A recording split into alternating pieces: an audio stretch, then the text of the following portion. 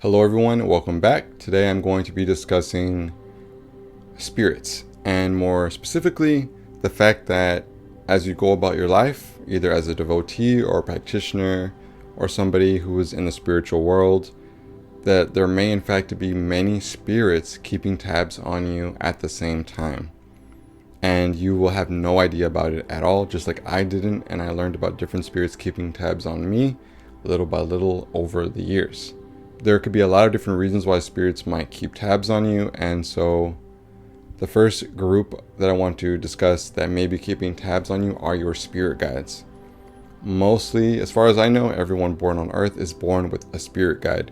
A spirit guide is usually somebody who has lived a life on Earth from a different time, and they come in and out of your life to offer you guidance, to offer you support. People usually don't see or hear their spirit guides, but sometimes they'll get a feeling like, oh, maybe I shouldn't hang out with that person. Maybe I shouldn't drive this way home. Oh, you know what? Maybe I should forgive this person for what they said. Maybe I shouldn't forgive this person, etc., etc. They kind of give us little nudges to make the right decision, or to think twice about something, or to consider a different option. They are there to guide us.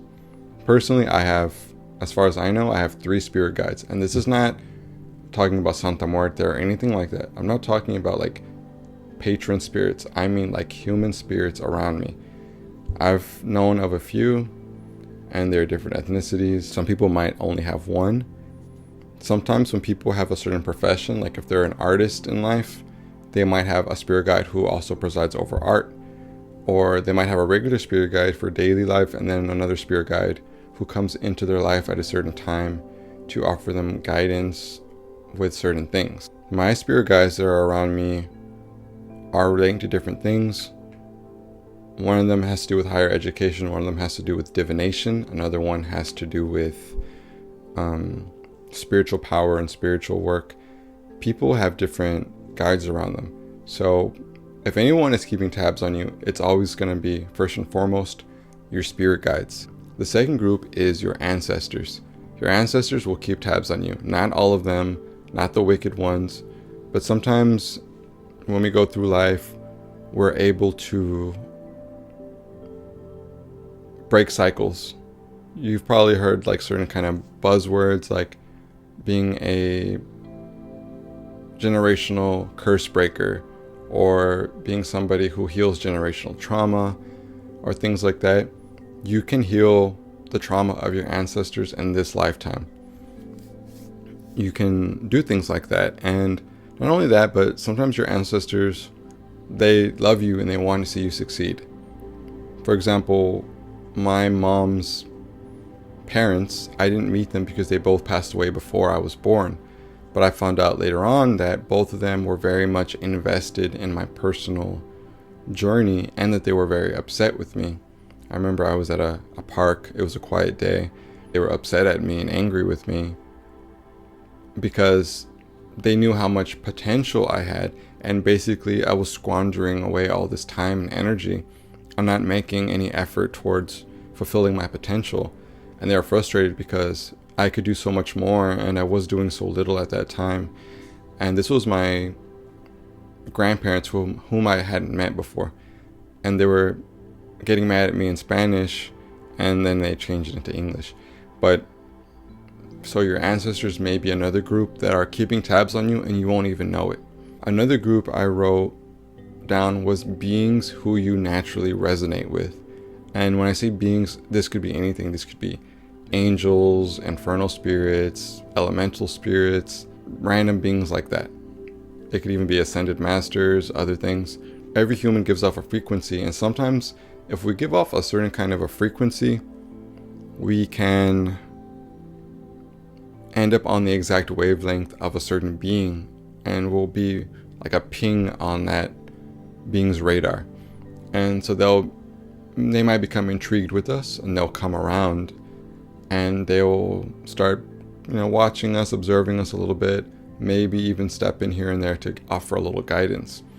But sometimes beings who you naturally resonate with will keep tabs on you. And that's another thing that has happened to me. Another group of beings who may be keeping tabs on you are beings that you are destined or predetermined to work with. For instance, I am now a devotee of Santa Muerte, but I was not always. And when I was a child, Santa Muerte was already around me. She had been around me since I was a baby, since I was born. She had been around me when I was a teenager, when I was a child, when I was a young adult, all the time leading up to me becoming a devotee. And the reason she was around me, saving my life, even as a child, was because I was destined to work with her. I was one of her devotees who she knew she would have later on, and so she was already acting as a protector and as a guide, even when I was just a kid. And she's not the only being who I would eventually work with who was already in my life at, an early age. There are some beings who I know for a fact were in my life as a kid who I haven't even begun working with yet, but I'm pretty positive I will eventually work with them. So that's why sometimes beings will be around children. It's not because they're trying to do something to the child or like feed on the child energetically or weird things like that people speculate. It's literally because that child is eventually meant to become a devotee of that being, is eventually meant to become a follower or a worshiper or a practitioner who calls on that being. And so that's why Santa Muerte was around me even when I was a kid. She was keeping tabs on me for nearly 2 decades before I became a devotee. And so that's another way that spirits keep tabs on you. Another group of beings that keep tabs on you are beings that your ancestors worked with. If your ancestors worked with a being a long time ago, through your bloodline, you have a connection to that being.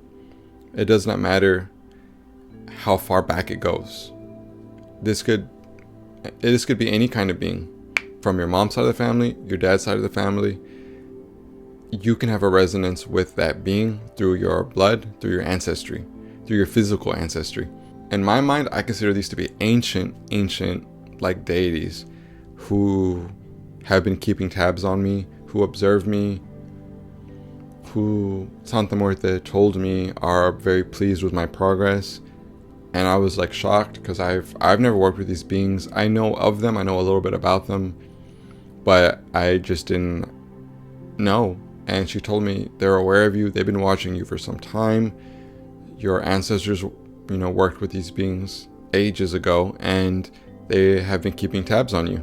And I didn't know that. And it was cool because they are very interesting beings. And the reason I'm being vague is because I don't feel the need to put all my spiritual business out there prematurely.